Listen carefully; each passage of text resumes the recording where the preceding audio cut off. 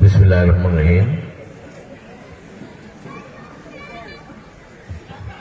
মুক্তাগাছা উপজেলা এবং পৌর বিএনপি কর্তৃক আয়োজিত আজকের এই স্মরণসভার সম্মানিত সভাপতি, মুক্তাগাছা উপজেলা বিএনপির আহ্বায়ক জনাব হাবিবুর রহমান খান রতন, উপস্থিত আছেন ময়মনসিংহ দক্ষিণ জেলা বিএনপির সদস্য সচিব, সাবেক ছাত্রনেতা, যুবনেতা জনাব রোকনুজ্জামান সরকার রোকন, উপস্থিত আছেন আমাদের সাইদুল ফরাজি সাহেবের বাবা আব্দুল লতিফ ফরাজি সাহেব, মুক্তাগাছা বিএনপি, উপজেলা বিএনপি এবং পৌর বিএনপির সকল নেতৃবৃন্দ এবং বিভিন্ন ইউনিয়ন থেকে আগত বিএনপির ভাইয়েরা ও অঙ্গ সংগঠনের ভাইয়েরা, আসসালামু আলাইকুম। আজকে আমরা সাইদুল ফরাজির স্মরণ সভার জন্য এখানে সবাই উপস্থিত হয়েছি। আমি আসলে খুব ছোটবেলা থেকেই সাইদুল ফরাজিকে চিনি। আমরা যখন 96 সনে মোশাররফ সাহেবের ইলেকশন করতে আসি, তখন হয়তো 10-11 বছর বয়স হবে সাইদুলের। ইলেকশন করার সুবাদে আমাদের বিভিন্ন বয়সের লোকদের সাথে কথা বলার সুযোগ হয়, অনেক বাচ্চাদের সাথে কথা বলার সুযোগ হয়। ওই সময়কার সাইদুল ফরাজি আসলে বাচ্চাই ছিল, 9 বা 10 বছর বয়স হবে ম্যাক্সিমাম। সেখান থেকে একটা ছেলে দীর্ঘদিন সংগ্রাম করে ছাত্র দলের বিভিন্ন স্তরের নেতা হয়েছে, কলেজের নেতা হয়েছে, পৌর ছাত্র দলের নেতা হয়েছে, তারপরে উপজেলা ছাত্র দলের নেতা হয়েছে, যুব দলের জেলার নেতা হয়েছে। সবই কিন্তু সংগ্রাম। আমরা কিন্তু এখানে অনেক নেতা উপস্থিত আছি, সবার নামের পিছনে কিন্তু পদ নাই, নেতা কিন্তু আমরা অনেকেই। এই নামের পিছনে পদ কিন্তু এমনিতেই হয় না, সংগ্রাম করতে হয়।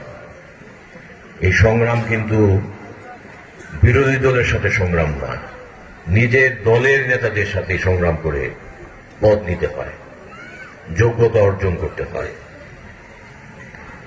সাইদুল ফরাজি সেই সংগ্রাম করেই ছাত্রদল এবং যুব দলের নেতা হয়েছিল। সে একটা ভালো সংগঠক ছিল। তাদের নিজেদের ভিতরে যখনই কোনো ধরনের কোন্দল হয়েছে, আমরা দেখেছি একটা জিনিস, সেটা কিন্তু দলরে কখনো এফেক্ট করে নেই, নিজেদের ভিতরেই থেকেছে। আমরা কিন্তু সেটাই আশা করি। আমরা বিএনপির পদের জন্য লড়াই করব, সেই লড়াইটা বিএনপির ভিতরেই থাকবে, বা ছাত্রদল কোনো একটা পদের জন্য লড়াই করবে, সেটা ছাত্রদলের ভিতরেই থাকবে। সেটা যেন পাড়া প্রতিবেশী না জানে বা বাইরের লোকরা যেন না জানে, সেরকম ভাবেই আমাদের রাজনীতি আমরা করি। সাইদুল ফরাজি সংগ্রাম করে এই জায়গায় এসেছে, সংগ্রাম করে পদ নিয়েছে। আজকে আমরা তার জন্য এখানে সমবেত হয়েছি। আমাদের জেলা বিএনপি সদস্য সচিব সাহেব একটা সুন্দর কথা বলেছেন যে এটা একটা এক্সাম্পলারি অনুষ্ঠান। আমরা সবাই কিন্তু মারা যাব এখানে যারা আছি, যারা নেতা, যারা কর্মী, যারা এখানে এসেছি, আমাদের মৃত্যু কিন্তু সবারই নিশ্চিত। আমাদের সবাইকেই যার যার জায়গা থেকে চেষ্টা করতে হবে আমরা যেন দলের নেতাদেরকে সম্মান করি, দলের নেতাদের আপদে বিপদে যেন পাশে থাকি। রাজনীতিতে কোনো পদ কিন্তু ক্ষণস্থায়ী না। আজকে পদ থাকবে, 2 বছর থাকবে, 3 বছরের মাথায় সেই পদে আরেকজন চলে আসবে। এটাই রাজনীতির নিয়ম। কিন্তু আমাদের যে সামাজিক বন্ধন, আমাদের যে রাজনৈতিক বন্ধন, আসলে কি, আমাদের পরিচয়টা কি? আমরা যারা এখানে আছি, আমরা যারা বিভিন্ন ইউনিয়ন বিএনপির নেতা বা অমুক ছাত্র দলের প্রেসিডেন্ট বা অমুক যুব দলের নেতা, আমাদের যদি এই পরিচয় যদি না থাকতো, বিএনপি যদি আমাদেরকে এই পরিচয় না দিত, আমাদের থেকে কত বড় বড় মানুষ মুক্তাগাছা আছে না, কত বড় ব্যবসায়ী আছে, কত ধন সম্পদওয়ালা মানুষ আছে, তাদেরকে কিন্তু মানুষ চিনে না। মানুষ চিনে বিএনপির নেতাকে, মানুষ চিনে ছাত্র দলের নেতাকে, মানুষ চিনে যুব দলের নেতাকে। রাজনৈতিক নেতৃবৃন্দের প্রতি কিন্তু মানুষের আলাদা একটা সম্মান আছে। এই সম্মানটা ধরে রাখতে পারে সেই কিন্তু রাজনীতির পাশাপাশি সমাজেরও উঁচু মানের লোক হয়ে যায়।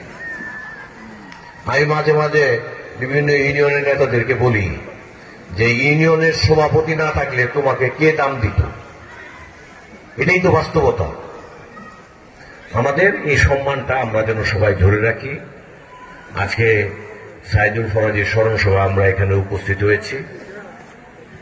সর্বোচ্চ বড় জিনিস যেটা, আমাদের যে দীর্ঘদিনের সংগ্রাম, এই সংগ্রামে আমাদের সকলের সাথে সাইদুল ফরাজীরও যে ত্যাগ, যে তিতিক্ষা, তার ফ্যামিলির যে সাফারিং, এটা আমরা আর ফিরিয়ে দিতে পারবো না।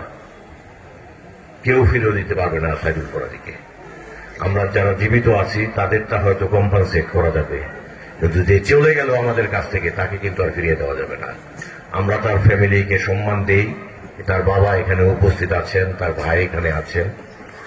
আমরা আমাদের দল থেকে যদি তাদেরকে মূল্যায়ন করি, সাইদুল ফরাজীর দুটো ছেলে আছে, একটা মেয়ে আছে, আমরা তাদের জন্য দোয়া করি আল্লাহ যেন তাদেরকে এই শোক সইবার শক্তি দেয়, তার ফুল ফ্যামিলিকে যেন এই শোক সইবার শক্তি দেয়।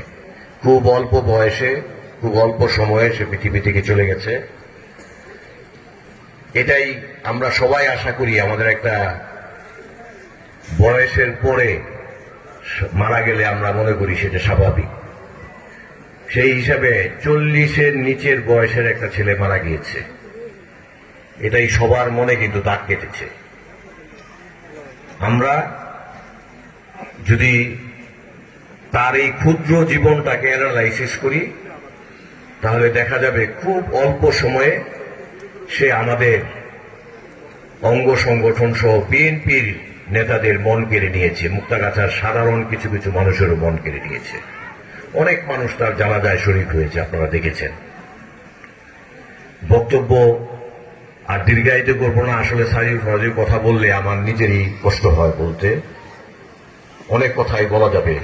অনেক সময় কেটেছে আমার সাথে, অনেক ঝগড়া করেছি, অনেক বকা দিয়েছি, অনেক শাসন করেছি, অনেকভাবে আমি তার সাথে জড়িত ছিলাম। কাজেই আমি ওই ইমোশনাল হয়ে যাব বেশি বলতে গেলে। আসলে আমি আমার বক্তব্য খুব বেশি দীর্ঘায়িত করতে চাই না। আমরা এই আজকের এই স্মরণ সভাকে স্মরণ রাখি। আমরা যেন সামনে আমাদের সমস্ত নেতৃবৃন্দ সবাই যেন সবার জন্য যেন এরকম স্মরণ সভা হয়, আমরা সেই চেষ্টা করি। সবার মূল্যায়ন যেন আমরা করতে পারি সে আশা রাখি। সকলকে আন্তরিক ধন্যবাদ ও কৃতজ্ঞতা জানিয়ে আজকের অনুষ্ঠানে উপস্থিত হওয়ার জন্য আমি আমার বক্তব্য এখানেই শেষ করছি। সকলকে ধন্যবাদ। আসসালামু আলাইকুম।